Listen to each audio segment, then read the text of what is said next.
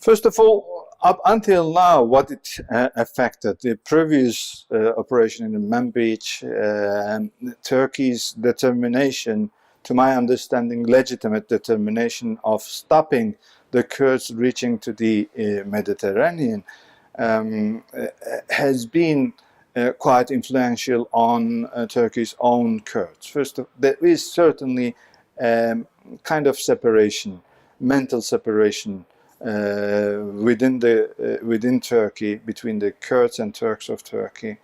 There are two reasons for that. First of all, the expectations were high among the Turkish Kurds that for the first time, a government that understood them, that was religiously motivated like most of the Kurds, for the first time they would actually take some of what they deserve, and they have the right, their cultural rights, their acceptance as equal citizens of Turkey, and so on.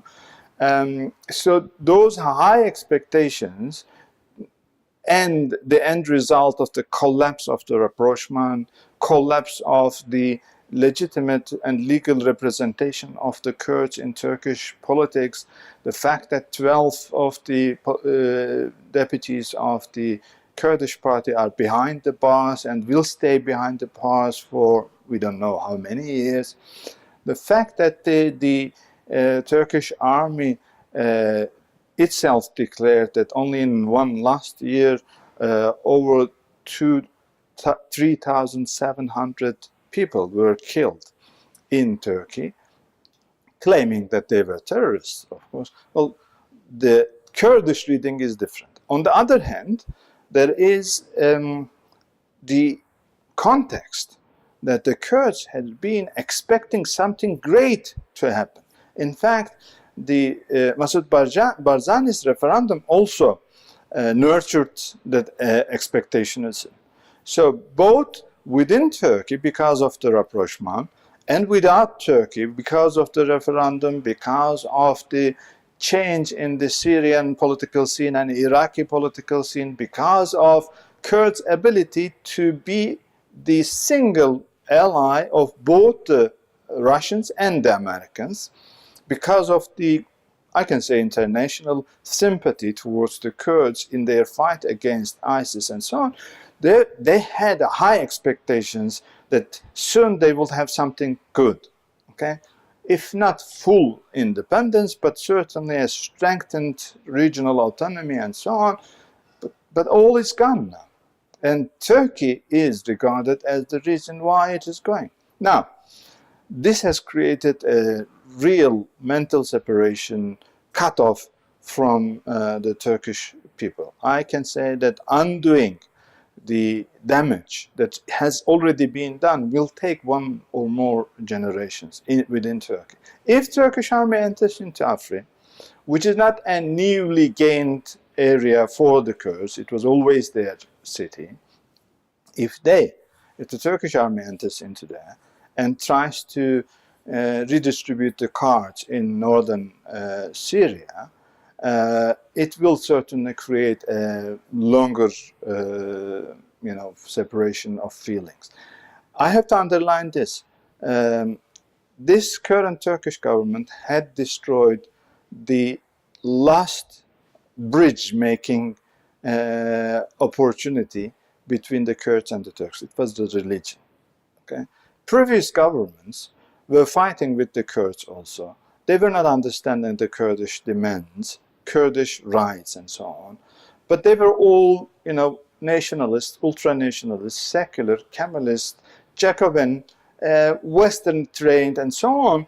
So the traditionally religious and conservative Kurds in the rural areas in eastern and southeastern Turkey was actually reading the problem not as a problem of the Turks per se, but the problem of the Turkish secularism, Turkish Kemalism, Turkish nationalism, which was a Western, model.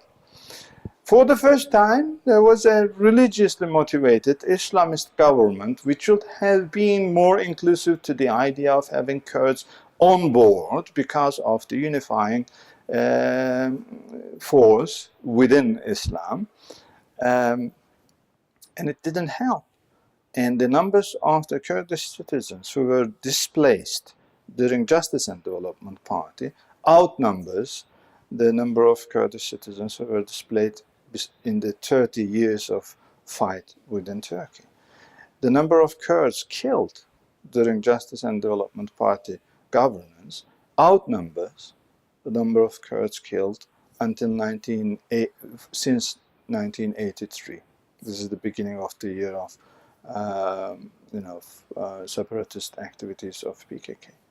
So they will certainly look at this and certainly will realize that Islam is no longer a bond between the Kurds and the Turks. What will replace it? We don't have any other option.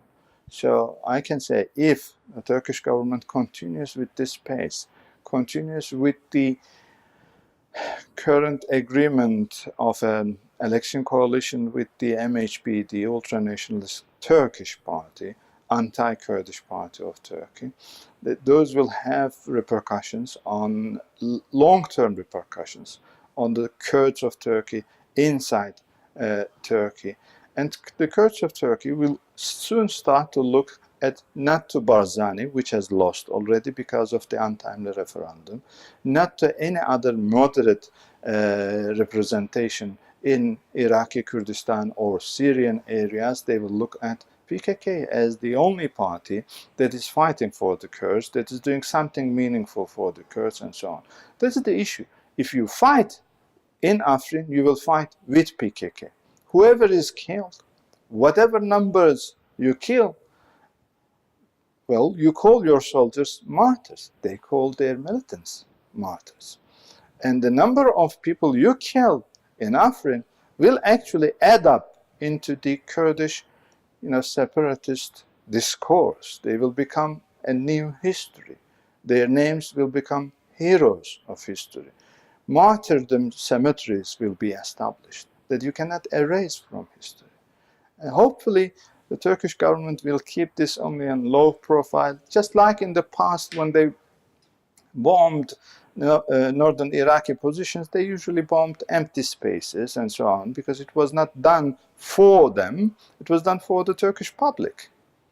So most probably they will repeat the same thing. But still, the Turkish president is largely unforeseeable, and he may do something crazy.